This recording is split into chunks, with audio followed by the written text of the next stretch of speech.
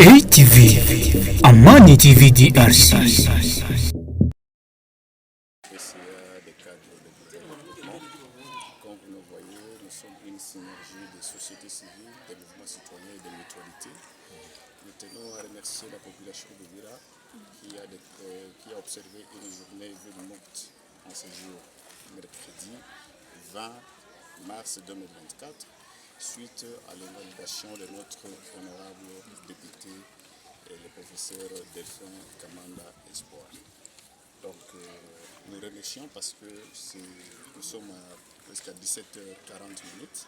Nous voyons que tous les magasins, toutes les activités ont été suspendues suite à cet appel que nous avons lancé à notre population et nous la remercions davantage. Vous êtes fils de Vira, je pense que vous connaissez Vira mieux que nous, et vous avez observé avec nous que la population a observé une journée ville morte et la réussite est à 90%. Donc les magasins sont fermés jusqu'à 7 heures et nous parlons avec vous. Aucune agence n'a fait de déplacement à Bukavu ni à Bujumbura, vous l'avez observé.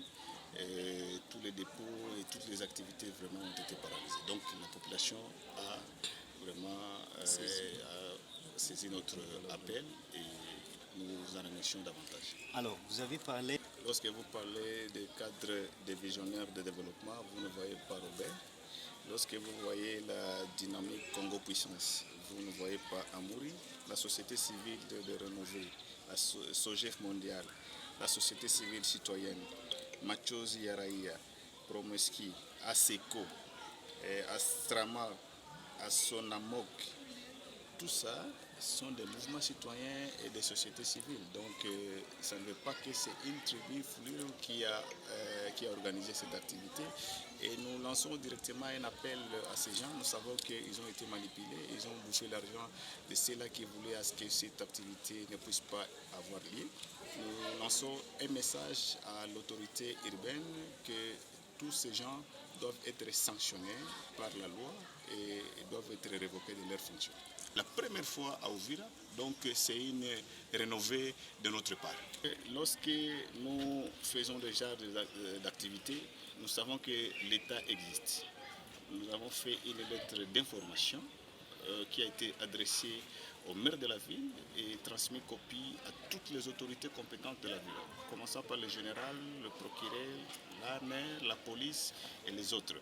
Donc pour nous c'est une information, soit elle peut être acceptée tout comme niée, mais lorsqu'une fois l'information est lancée, la Constitution nous donne le prérogative de faire cette manifestation-là. Et qu'est-ce que vous comptez faire dans l'avenir si ces massis, vos recommandations ne sont pas prises en compte? Jusque-là, nous savons que la Cour a donné 48 heures à tous les invalidés d'introduire le recours. C'est déjà un pas pour nous. Et en ce moment même que nous parlons à Kinshasa, la Cour constitutionnelle est encerclée. Et certains juges de la Cour constitutionnelle ont été auditionnés à partir d'hier. Donc cela veut dire qu'il y a eu des magouilles qui ont été opérées. Et nous savons que notre président qui tient à la Constitution, il va faire quelque chose comme passé. Et nos revendications seront écoutées. Et nous avons adressé notre mémoire le jour de notre manifestation.